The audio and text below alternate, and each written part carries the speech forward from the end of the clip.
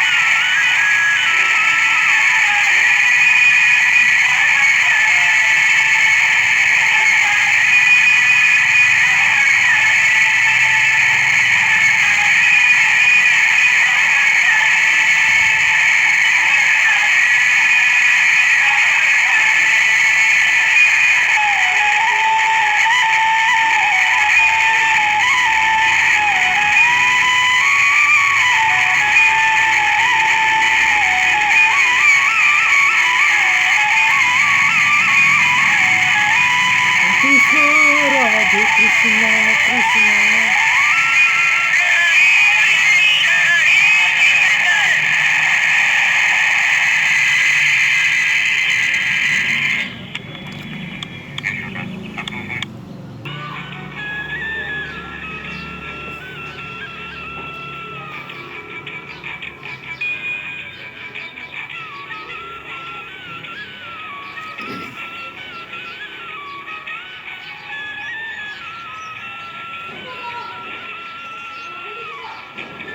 तो मनुष्य मृत्यु आशा के फेर में दुर्लभ मनुष्य देख को यो ही नष्ट न करो। देखो सिर पर काल नाच रहा है, एक श्वास का भी भरोसा न करो। जो श्वास बाहर निकल गया वह कभी वापिस नहीं आवे। इसीलिए गलफत और बेहोशी छोड़कर अपने काया को सन भंगुर समझ कर दूसरा की भलाई करो और अपने सृजनहार में मन लगाओ, क्योंकि नाता उसका सच्चा है।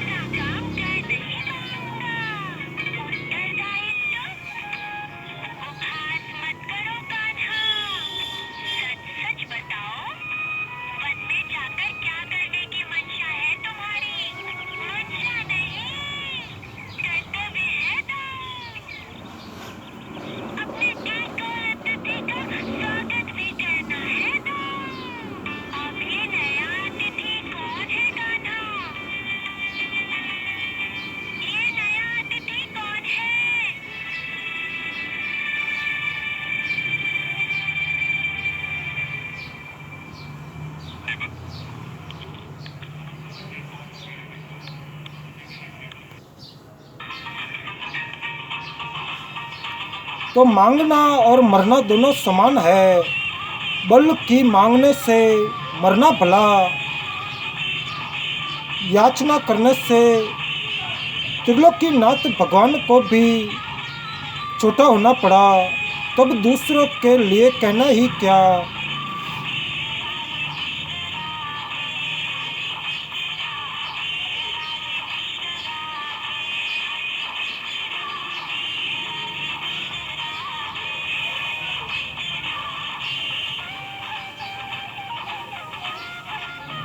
हाथ के ऊपर हाथ करो, पर हाथ के नीचे हाथ न करो।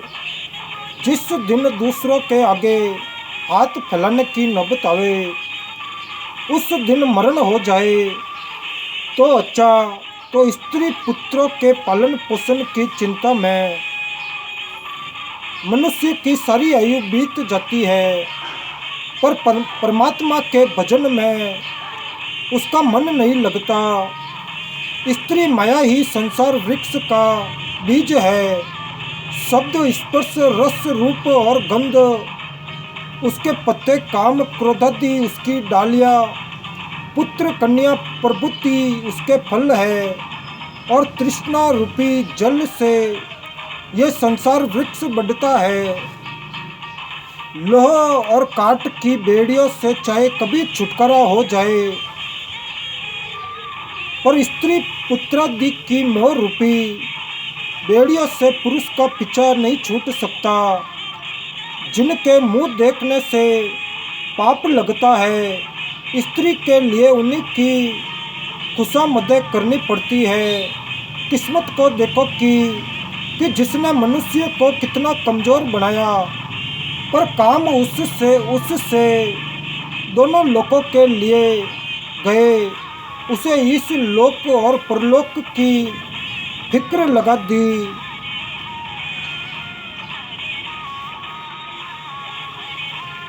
स्त्री के वश में होना सर्वनाश का बीज बोना है। गर्दन पर बिखरे हुए बालों वाला कराल मुखी सिंह, अत्यंत मत वाला हाथी और बुद्धिमान समरसूर पुरुष भी स्त्रियों के आगे परम कायर हो जाते हैं। तो मनुष्य अपने पापों को कितना ही छिपावे, पर एक न एक दिन वे प्रकट हो जाते हैं। घी, नॉन, तेल, चावल, साग और ईंधन की चिंता में बड़े बड़े मती मानव की उम्र पूरी हो जाती है। इसी से मनुष्य को ईश्वर का भजन का समय नहीं मिलता। जितनी आवश्यकताएं कम होगी, उतना ही सुख बढ़ेगा। इसीलिए महात्मा लोग महलों में न रहकर वृक्षों के नीचे उम्र काट देते हैं। तो विषयों को हमने नहीं भोगा, किंतु विषयों ने हमारा ही भुगतान कर दिया। हमने तप को नहीं तपा, किंतु तप ने हमें ही तपा डाला। काल का खात्मा न हुआ, किंतु हमारा ही खात्मा हो चला। तृष्णा का बुढ़ापा न आया, किंतु हमारा ही बुढ़ापा आ गया। लोग दुनिया को नहीं छोड़ते, दुनिया ही भले उन्हें निकम्मा करके छोड़ दे।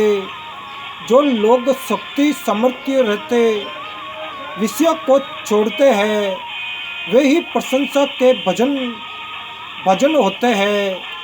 घर जंजालों में रहकर सर्दी गर्मी और शोक तप आदि के कष्ट उठाने ही पड़ते हैं।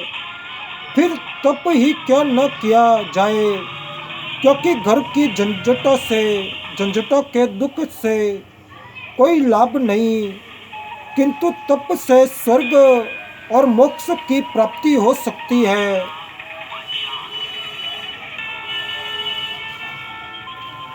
धन के ध्यान से जो सुख मिलता है वह क्षणस्थयी और झूठा है। इसीलिए धन धान्य छोड़कर आशुतोष भगवान शिव जी के चरणों का ध्यान करना अच्छा, जिससे सभी मनोरथ पूरे होते हैं और अंत में जन्म मरण के झगड़े से छुटकारा मिलकर परम पद मोक्ष मिल जाता है। तो चेहरे पर झुर्रियाँ पड़ गई, सिर के बाल पक कर सफ़ेद हो गए, सारे अंग ढीले हो चले, पर तृष्णा तो तरुण होती जाती है। जवानी बुढ़ापे से, आरोग्यता व्याधियों से और जीवन मृत्यु से ग्रसित है, पर तृष्णा तृष्णा को किसी उपद्रव का डर नहीं। मनुष्य नितांत निकम्मा और जर्जर शरीर होने पर भी तृष्णा को नहीं त्यागता, यही बड़े आश्चर्य की बात है। अंग शिथिल हो गए हैं, बुढ़ापे से सिर सफ़ेद हो गया, मुंह के दांत गिर गए, हाथ में ली लकड़ी की तरह शरीर कांपता है, तो भी मनुष्य आशा रूपी पाशा को नहीं त्यागता। भगवान के दर्शन के लिए जिसके मन में अत्यंत तीव्र आकर्षण होता है, वह विषयों की क्षणभंगुरता और अनित्यता को देखकर विषयों की ओर कभी ताकता ही नहीं। जय स्वामीनारायण प्रभु, जय स्वामीनारायण।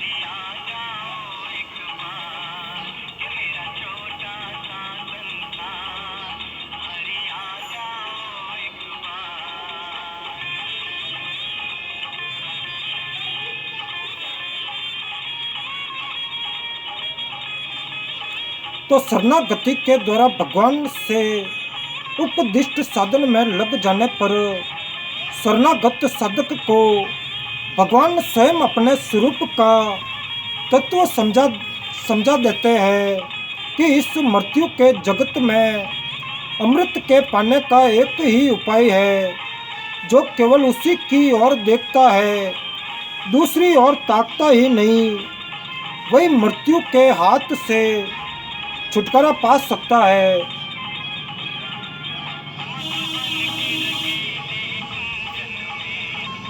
जैसे संसार की बात सोचते सोचते मनुष्य बड़ा भारी संसारी बन गया है, वैसे ही ईश्वर की बात सोचते सोचते ठीक वैसा ही बन सकता है। तो हृदय में कामनाओं का निवास है, उसी को संसार कहते हैं, और उनके सब तरह के नाश हो जाने को मोक्ष कहते हैं। जो निष्प्रह है, जिन्हें कामना या तृष्णा नहीं, वे मनुष्य रूप में ही देवता है।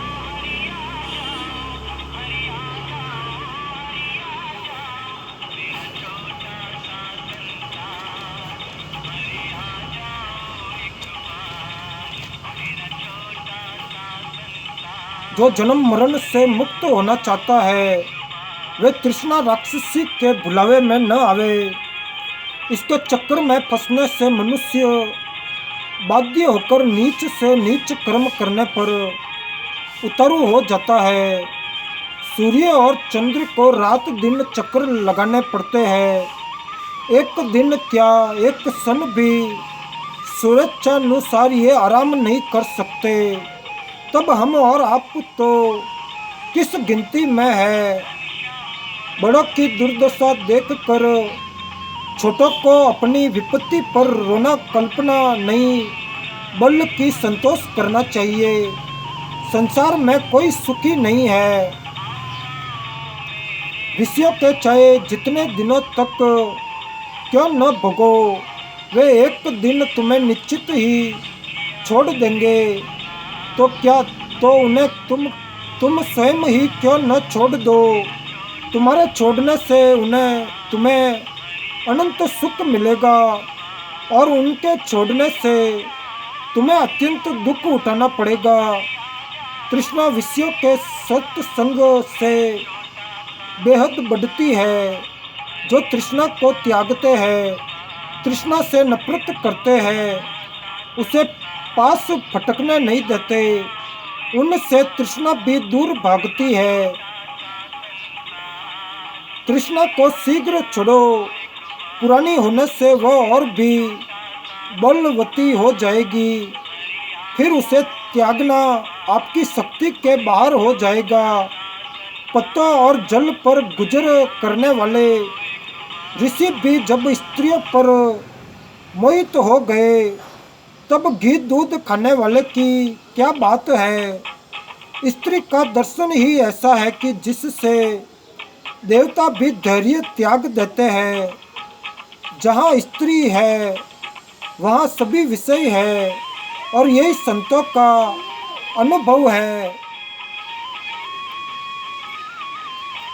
न तो स्त्री के साथ बात करनी चाहिए, न पहले देखी स्त्री की याद करनी चाहिए, और न उनकी चर्चा करनी चाहिए, यहाँ तक कि उनका चित्र भी न देखे। विषय विष है, इसका त्याग ही सुख की जड़ है।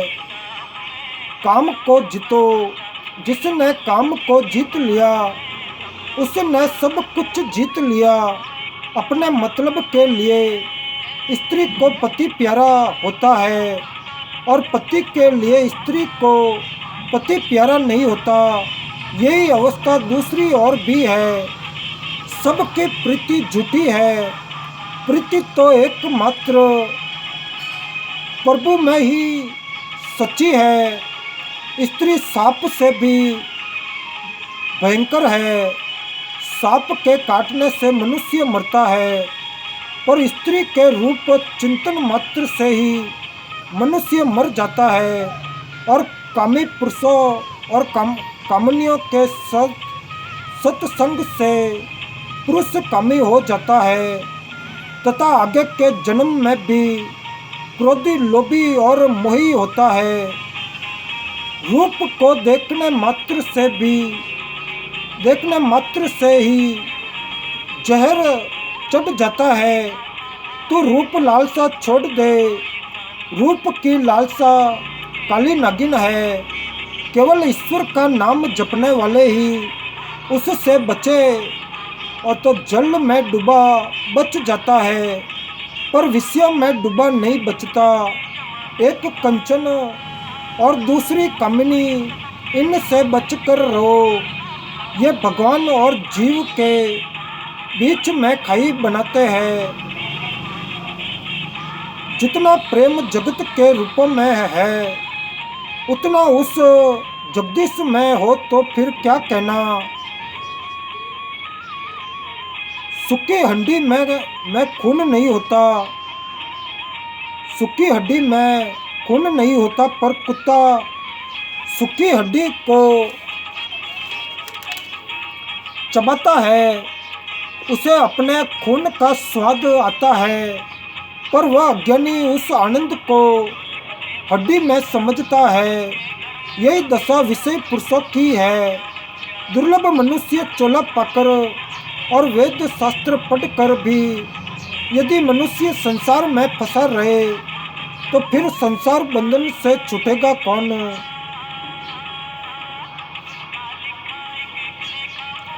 काम, क्रोध, लोभ और मोह को छोड़कर आत्मा में देख कि मैं कौन हूँ। जो आत्मज्ञानी नहीं है, जो अपने स्वरूप या आत्मा के संबंध में नहीं जानते, वे मूर्ख नरक में पड़े हुए सड़ते हैं। जिसे किसी चीज की जरूरत नहीं, वह किसी की खुशामद क्यों करेगा। निस्पर्श के लिए तो जगत तिनके के समान है। इसीलिए सुख चाहो तो इच्छाओं को त्यागो। जो जितना छोटा है वह उतना ही घमंडी और उछल कर चलने वाला है, और जो जितना ही बड़ा और पूरा है वह उतना ही गंभीर और निर्भिमानी है। नदी नाले थोड़े से जल से इतना उठते हैं किंतु सागर जिसमें अनंत जल भरा है गंभीर रहता है। अभिमान या अहंकार महान अनर्थों का मूल, ये नाश की निशानी है। ये राज्य और धन दौलत क्या सदा आपके कुल में रहेंगे या आपके साथ जाएंगे? विचारिए तो सही। है मनुष्य, जोश में आकर इतना जोश खरोश न दिखा कि इस दुनिया में बहुत से दरिया चढ़ कर उतर गए, कितने ही बाग लगे और सूख गए। है मनुष्य, मौत से डर, अभिमान त्याग, तो मनुष्य के घमंड का कुछ ठिकाना है। किसी को कुछ नहीं समझता, मौत ने इसे लाचार कर रखा है। नहीं तो ये ईश्वर को भी कुछ नहीं समझता।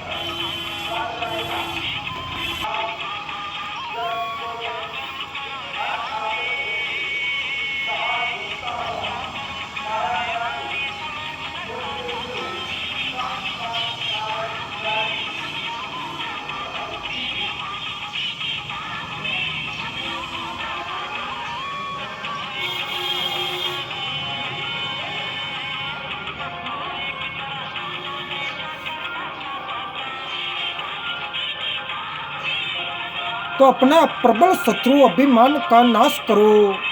मनुष्य को जो मांगना हो सर्वशक्तिमान भगवान से मांगना चाहिए, वही सबकी इच्छा पूरी कर सकता है।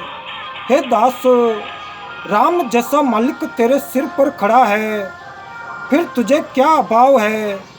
उसकी कृपा से रिद्धि सिद्धि तेरी सेवा करेगी और मुक्ति तेरे पीछे फिरेगी।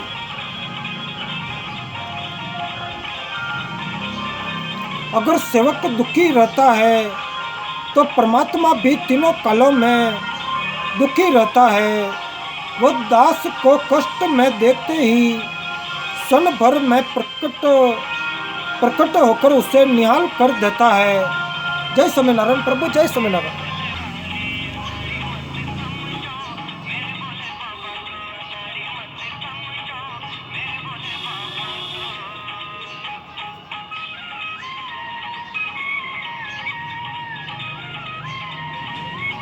अगर सेवक दुखी रहता है तो परमात्मा भी तीनों कालों में दुखी रहता है। वह दास को कष्ट में देखते ही क्षण भर में प्रकट होकर उसे निहाल कर देता है। तो जिसके गांठ में राम है उसके पास सब सिद्धियां है। उसके आगे अष्ट सिद्धि और नौ निधि हाथ जोड़े खड़ी रहती है। जैसे सूर्य में रात और दिन का भेद नहीं है, वैसे ही विचार करने पर अखंड चित्त स्वरूप केवल शुद्ध आत्म तत्व में न बंधन है और न तो मोक्ष। कितने आश्चर्य की बात है कि प्रभु को जो हमारे आत्मा के आत्मा है, हम पराया मान कर बार बार ढूंढते फिरते हैं। तो माझी की एहसान मेरी बला उठाए। मैंने तो अपनी नाव ईश्वर के नाम पर छोड़ दी है और उसका लंगर भी तोड़ दिया है।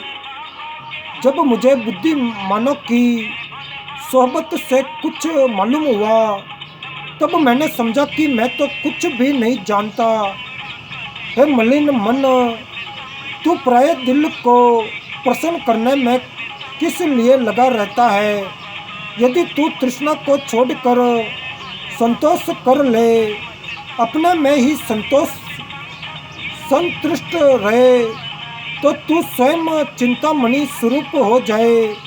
फिर तेरी कौन सी इच्छा पूरी न हो? जब आँखों में प्यारे कृष्ण जी की मनमोहिनी छवि समा जाती है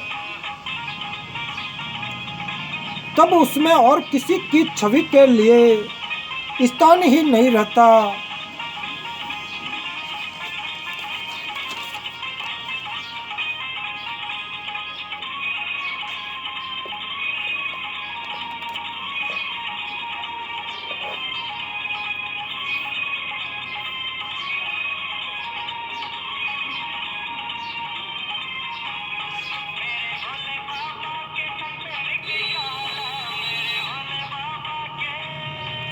तो जिस तरह सराय को भरी हुई देखकर उसमें कोठरियाँ खाली न पाकर मुसाफिर लौट जाते हैं, उसी तरह नैनों में मनमोहन वाक्य की छवि देखकर संसारी मृत्यु खूबसूरत आंखों के पास भी नहीं फटकती। जिस सुख के लिए मनुष्य इतनी आफतें उठाता है, उसका सुख का सच्चा स्रोत तो स्वयं उसके दिल में मौजूद है। यो तो संसार में जरा भी सुख नहीं, सर्वत्र भय ही भय है, पर दुष्ट और नीचों का भय सबसे भारी है। अगर आपको सांप डसे, बिच्छू काटे और हाथी मारे तो कुछ हर्ज मत समझो। आग में जलने और जल में डूबने और पहाड़ से गिरने में भी कोई हानि न समझो।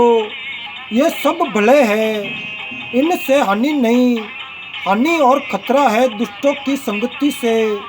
इसीलिए दुर्जन की सोहबत मत करो। हमारी सुबुद्धि हमसे कह रही है कि मन रूपी शैतान के भरमाने में मत आओ। मन की राह पर चलो, बल्कि मन को अपनी राह पर चलाओ। सच्चा सुख वैराग्य में ही है। इस महावाक्य को क्षण भर भी न भूलो। कमल के पत्ते पर ठहरी हुई जल की बूंद के समान क्षणभंगुर प्राणों के लिए मूर्खतावश धन मद से निशंक धनी मनुष्यों के सामने बेहया होकर अपनी तारीफ आप करने का घोर पाप करने वाले हम लोगों ने कौन सा पाप नहीं किया। जिस तरह पानी का बुलबुला उठता और क्षण भर में नष्ट हो जाता है, उसी तरह आदमी पैदा होता है और क्षण भर में नष्ट हो जाता है।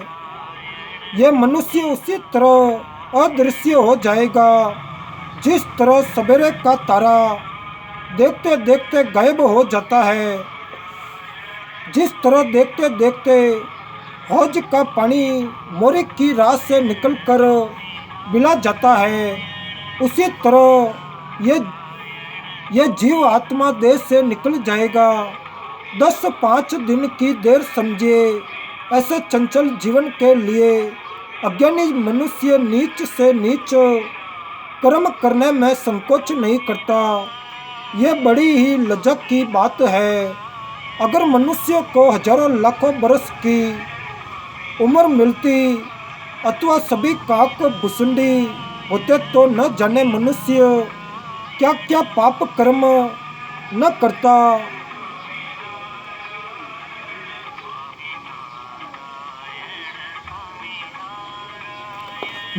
स्वामी नारायण स्वामी नारायण नारायण स्वामी नारायण स्वामी नारायण स्वामी नारायण। मनुष्य आंखें खोलकर देखो और कान लगाकर सुनो कि मिट्टी और पत्थर अथवा लकड़ी वगैरह की बनी चीज़ों की कुछ उम्र भी है, पर तुम्हारी उम्र कुछ भी नहीं। अंत इस स्वार्थी जीवन में पाप कर्म न करो। हे भाई, कैसे कष्ट की बात है। पहले यहाँ कैसा राजा राज करता था, उसकी राज्यसभा कैसी थी, उसके यहाँ कैसे कैसे सूर सामंत और सेना एवं चंद्रना स्त्रियाँ थी, पर आज सब सुना है, सबको काल खा गया।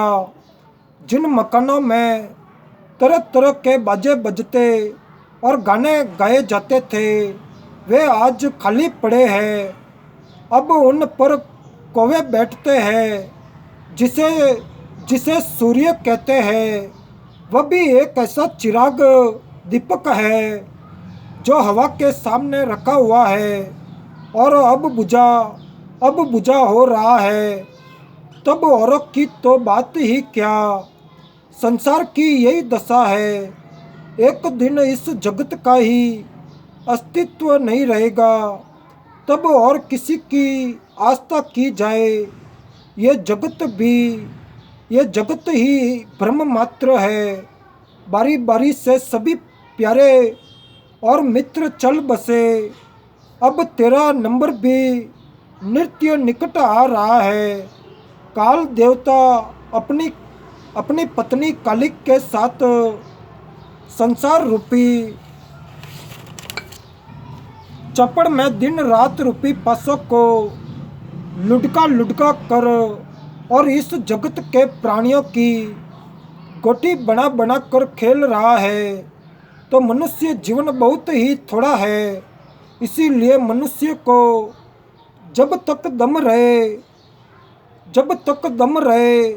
सब कुछ तज कर एकमात्र परमात्मा का भजन करना चाहिए। जिस तरह कच्चे घड़े को फूटते देर नहीं, उसी तरह इस शरीर को नाश होते देर नहीं। बाहरी युक्ति और तर्कों के द्वारा जो भगवान के अस्तित्व का निरूपण किया जाता है, वह केवल ब्रह्मा वाणी का विकास मात्र है। उससे भगवान का यथार्थ बोध नहीं हो सकता। आज तुम्हारा शरीर आरोग्य है, आश्चर्य नहीं कल तुम बीमार होकर मरण शैया पर पड़े हो अथवा मर ही जाओ। इसीलिए चेत करो, होश संभालो और आगे की सफर का इसी क्षण बंदोबस्त करो। जो यहाँ बोओगे वही वहाँ काटोगे। यहाँ अच्छा करोगे तो वहाँ अच्छा पाओगे। यह जीवन सपने के समान है। जिस तरह रात के सपन को मृत्यु समझते हो, उसी तरह दिन के दृश्यों को भी मृत्यु समझो। इस दुनिया में काम बहुत है और उसका ये हाल है कि पलक मारने भर का भरोसा नहीं। इस क्षण भर की जिंदगी में आपको कौन सा काम करना चाहिए जिससे आगे की यात्रा में सुख ही सुख मिले। विचारिए तो सही। संसार में आकर दो काम कर लो, भूखे को भोजन दे दो और भगवान का नाम लो।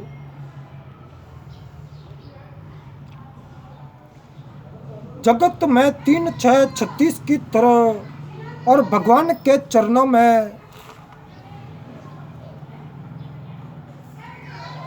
6 3 63 की तरह रहो। संसारी माया जाल में सुख नहीं है। संसार में जो सुखी दिखते हैं वे वास्तव में दुखी है और उनका दुख सुख दिखावटी सुख है, सच्चा सुख नहीं। प्रेम में जो तन्मयी हो जाते हैं उन्हीं का प्रेम प्रेम है और बिना तन्मयता के प्रेम थोता है। तो भगवान को जानने के लिए चरित्र की शुद्धि अत्यंत आवश्यक है। विशुद्ध चरित्र हुए बिना कोई भी उनको न तो पहचान ही सकता है और न देख ही सकता है। ईश्वर उपासना करने वाले को सबसे पहले अपने चित्त और इंद्रियों को उनके विषयों से हटाकर अपना अधीन कर लेना चाहिए। बिना चित्त के एकाग्र हुए और बिना इंद्रियों के संयत हुए ध्यान लग ही नहीं सकता। ध्यान करने वाला न शरीर को हिलावे न किसी तरह दिखे। महादेव ही हमारा एक देव हो, जाह्नवी जल ही हमारा पेय हो, एक गुफा ही हमारा घर हो, दिशा ही हमारे वस्त्र हो, समय ही हमारा मित्र हो, किसी के सामने दीन न होना ही हमारा चित्त हो और वट वृक्ष ही हमारी अर्धांगिनी हो। तो जगदीश उन्हीं को मिलते हैं जो गर्व से दूर भागते और विवेक भ्रष्ट नहीं होते, जो अपनी गर्दन ऊंची करता है वह मुंह के बल गिरता है। आशा एक नदी है, उसमें इच्छा रूपी जल है। तृष्णा उस नदी की तरंगे है, प्रीति उसके मकर है। तर्क वितर्क या दलील उसके पक्षी है। मोह उसके भंवर है, चिंता ही उसके किनारे है। वह आशा नदी धैर्य रूपी वृक्ष को गिराने वाली है, इस कारण उसके पार होना कठिन है। जो शुद्ध चित्त योगीश्वर उसके पार चले जाते हैं, वे बड़ा आनंद उपभोग करते हैं।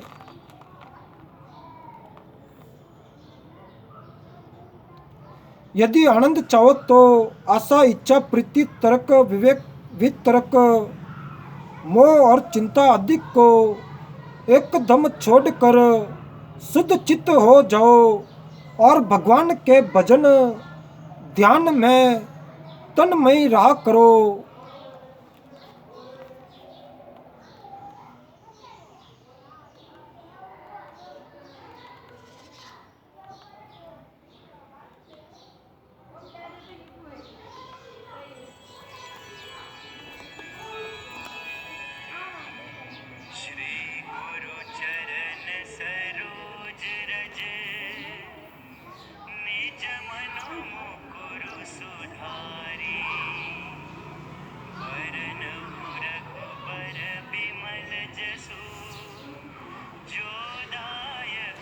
अगर मन एक ही ठिकाने ठहर जावे तो सहज में ही हीरा पैदा हो जावे।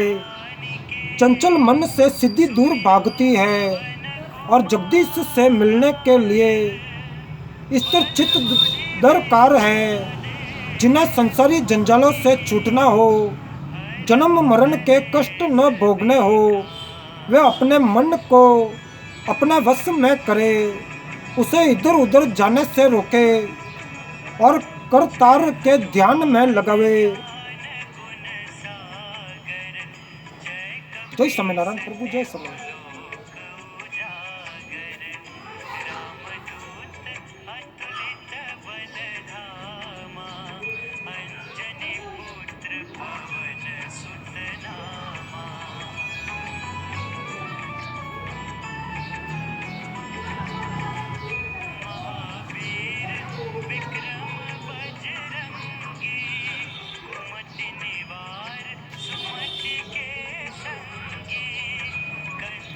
अपने दिल को मार, अभिमान को मार, इसमें तेरी बड़ाई है।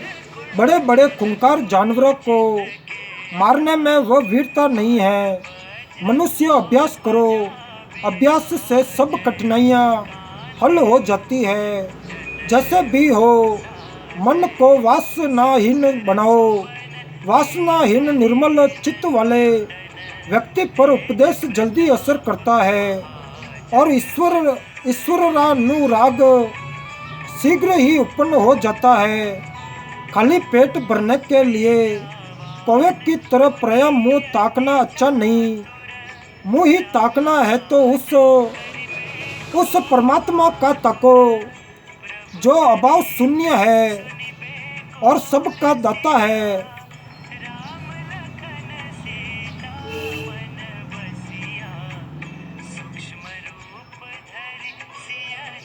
तो भगवान के चरण कमलों से परिचय हुए बिना, उनके पद पंकजों से प्रेम हुए बिना मनुष्य के मन की दौड़ नहीं मिटती।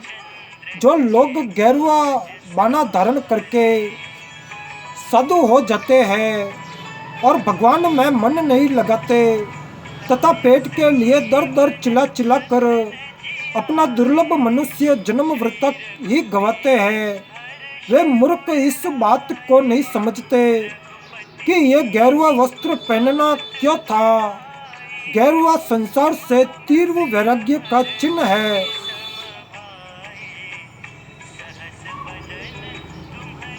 स्वामी के दरबार में किसी चीज की कमी नहीं है।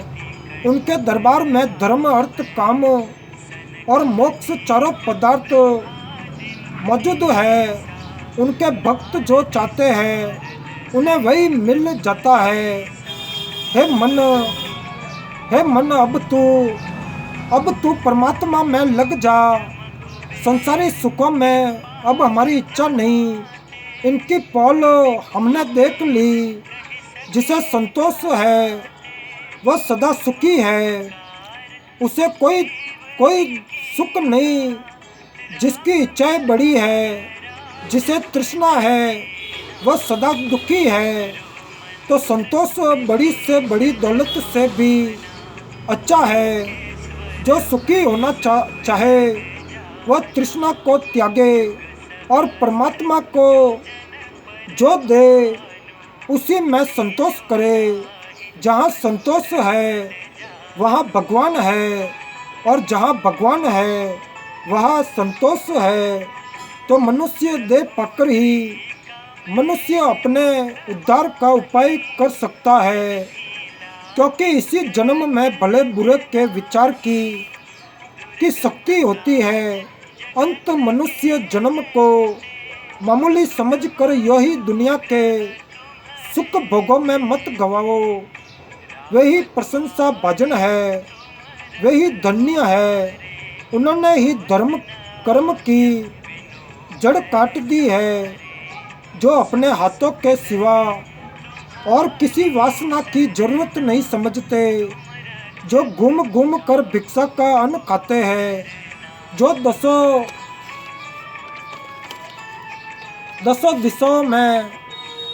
दिशाओं को ही अपना विस्तृत वस्त्र समझते हैं, जो सारी पृथ्वी को ही अपनी सैया समझते हैं, जो अकेले रहना पसंद करते हैं, जो दीनता से घृणा करते हैं, और जिन्होंने आत्मा में ही संतोष कर लिया,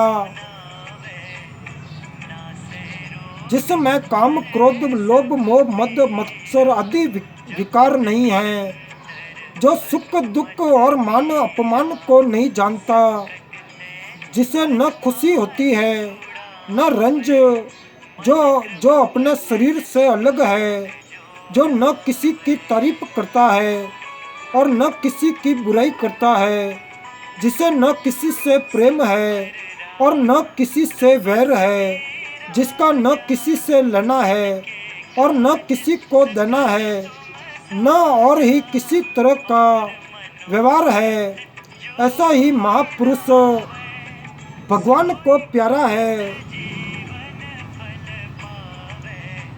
बुढ़ापा हमारे शरीर को निर्बल और रूप को कुरूप करता है, एवं सामर्थ्य और बल का नाश करता है, तथा मृत्यु सिर पर मंडराती है। ऐसी दशा में मित्र वर कोई सुख नहीं है। अगर सुख, सच्चा सुख चाहते हो तो भगवान का भजन करो।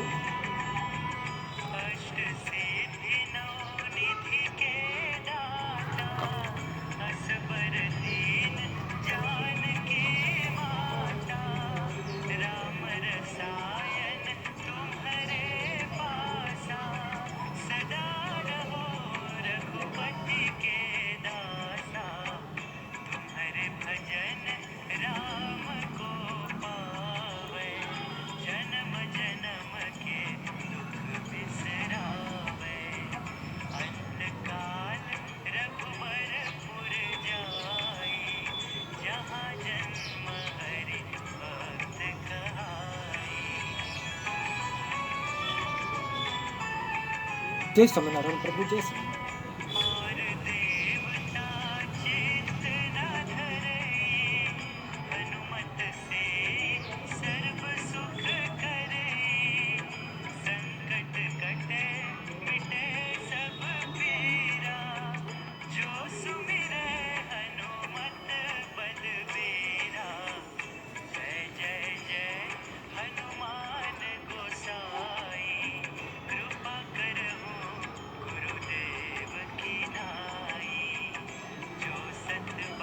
तो मनुष्य चाहे कल्प वृक्ष के नीचे क्यों न चला जाए, जब तक सीतापति की कृपा न होगी तब तक उसके दुखों का नाश नहीं हो सकता।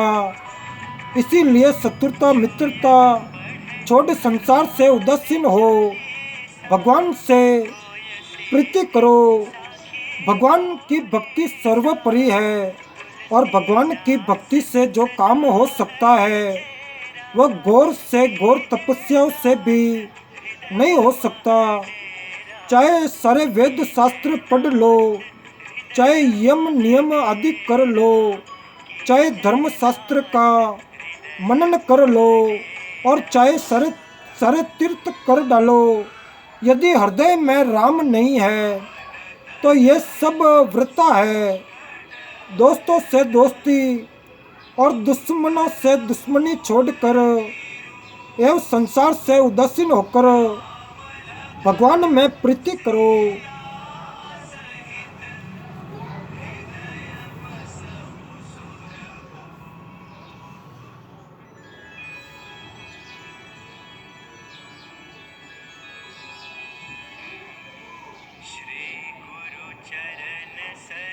अरे तू दसों दिशाओं में क्यों भागता फिरता है? तू भगवान के किए हुए कामों का ख्याल कर।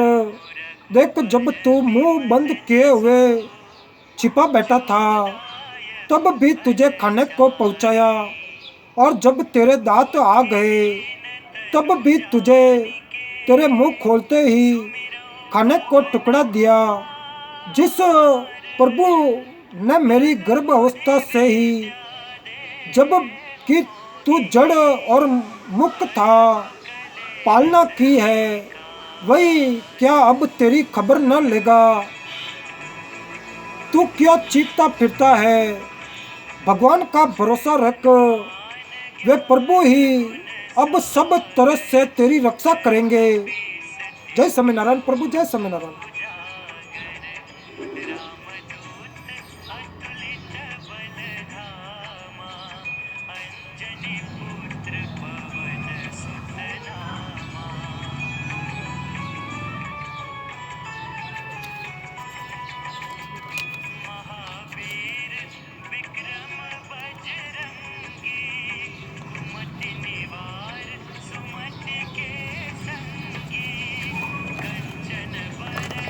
जय स्वामीनारायण प्रभु, जय स्वामीनारायण।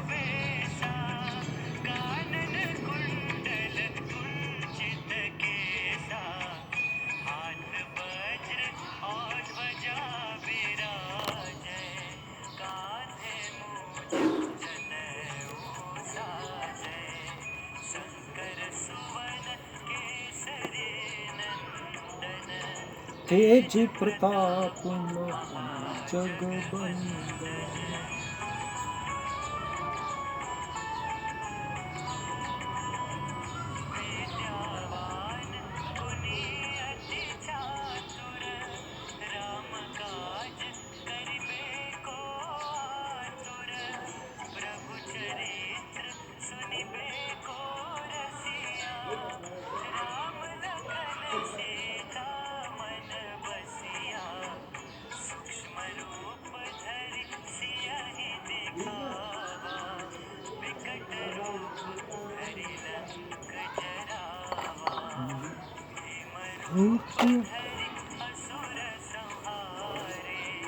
रामचंद्र के काज सवार।